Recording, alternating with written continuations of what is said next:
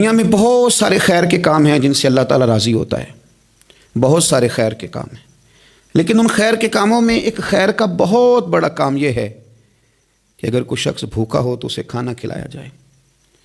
یہ پیٹ کی آگ جب جلتی ہے تو بڑی تکلیف دیتی ہے۔ جب کچھ لوگ بھوکے ہوتے ہیں اور کچھ اتنا پیٹ بھر کے کھا رہے ہوتے ہیں کہ وہ لوگ ضرورت سے زیادہ آسائشوں میں چلے جاتے ہیں تو اس سے تفریق بھی پیدا ہوتی ہے اور اس سے معاشرے میں گھٹن بھی آتی ہے۔ کسی بھوکے کو کھانا کھلانا، پیٹ بھر کے روٹی دینا، اس کی اشکشوئی کرنا بہت بڑی عبادت ہے، یہ بہت بڑا احسار ہے۔ ہمارے صوفیہ کرام نے آستانوں کے ساتھ، خانقاہوں کے ساتھ جو لنگر خانے بنائے، اس کی وجہ یہ تھی کہ طلباء، سالکین طریقت اور وہ لوگ جو غریب ہیں وہ آئیں گے، یہاں سے کھانا کھائیں گے۔ دنیا آوے کھا کھا جاوے راضی ہووے بلا، لوگوں کی اشکشوئی ہوگی۔ میرے نبی پاک صلی اللہ تعالیٰ علیہ وسلم نے فرمایا قیامت کے دن اللہ تبارک و تعالیٰ فقراء سے فرمائے گا کہ اٹھو، جس نے تمہیں کھانا کھلایا تھا اس کا بازو پکڑ کے جنت میں لے جاؤ، جس نے تمہیں پانی پلایا تھا اس کا بازو تھام کے جنت میں لے جاؤ، جس نے تمہیں کپڑا پہنایا تھا اس کا بازو تھام کے جنت میں لے جاؤ۔ پھر وہ غریب لوگ، وہ فقراء اٹھیں گے، کسی کو اس لیے جنت میں لے جائیں گے کہ اس نے کھانا کھلایا تھا، کسی کو اس لیے جنت میں لے جائیں گے کہ اس نے پانی پلایا تھا، کسی کی اس لیے اللہ کے حضور سفارش کریں گے کہ اس نے کھانا کھلایا تھا۔ بھوکوں کو کھانا کھلانا اتنا بڑا عمل ہے کہ نبی کریم صلی اللہ تعالیٰ علیہ وسلم ارشاد فرماتے ہیں کہ جو بھوکے کو کھانا کھلائے گا اللہ اسے جنت کے پھل کھلائے گا، اللہ اسے جنت کے پھل کھلائے گا۔ یہی ہے ذوق عبادت کی انتہا ساغر، یہی ہے ذوق عبادت کی انتہا ساغر کہ غم حیات کے ماروں کا احترام کرو۔ حضرت غوث پاک محبوب سبحانی، قندیل نورانی، شہباز لامکانی، جماعت صوفیاء کے امام، جماعت اولیاء کے امام حضرت غوث پاک رضی اللہ تعالیٰ عنہ اپنی 40 سالہ خدمت دین کا، تحقیق کا، درس کا، واعظ کا، تقریر کا نچوڑ بیان کرتے ہیں۔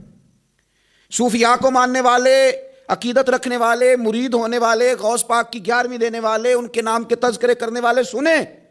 حضرت غوث اعظم فرماتے ہیں میں نے تحقیق کی ہے، لیکن بھوکوں کو کھانا کھلانے سے زیادہ میں نے خدا کا قرب پانے والا کوئی عمل بھی نہیں دیکھا۔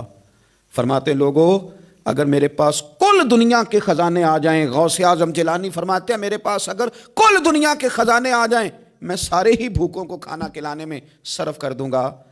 اگر پیران پیر کہتے ہیں کہ اٹھو بھوکوں کو کھانا کھلاؤ، تو پھر وہ طریقت سے تعلق رکھنے والے، خانقاہیں بنانے والے، ان کا نام جپنے والے، منقبتیں لکھنے والے، ان کے تذکرے کرنے والے، ان کے آراس منعقد کرنے والے جس قدر زیادہ دنیا میں موجود ہیں، اگر وہ غوث پاک کی اس تحقیق پر عمل کرتے، وہ کہتے ہیں میں نے تحقیق کی ہے، بھوکوں کو کھانا کھلانے سے زیادہ اللہ کا قرب دینے والا کوئی عمل نہیں، تو پھر چاہیے تھا نا ان کے ماننے والے دنیا میں پھیل جاتے، ڈھونڈ ڈھونڈ کے بھوکوں کو کھانا کھلاتے، وہ اپنے پیر کی اس تحقیق پر عمل کرتے۔